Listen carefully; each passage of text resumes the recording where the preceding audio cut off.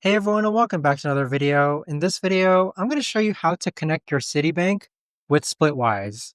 Now, this video is going to be particularly useful for individuals. Let's say that you want to go ahead and connect your Citibank so that you can fund Splitwise transactions. How do you actually go ahead about doing so? Now, this video is going to be short, sweet, and simple, guys. There's not going to be a lot of steps involved.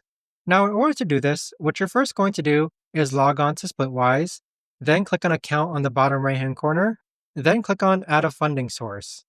Next, go ahead and click on Bank Account. Then from here, you want to go ahead and click on Continue. Click on Continue again, and then go ahead and click on Citibank. Now it's going to prompt you to log into Citibank so that you can select which account you want to connect to Splitwise.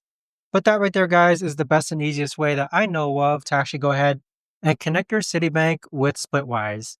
If you guys know of a better or easier way to actually do this, let me know in the comments down below. I would love to know. Thanks so much for watching, everyone, and I'll see you guys all in the next video.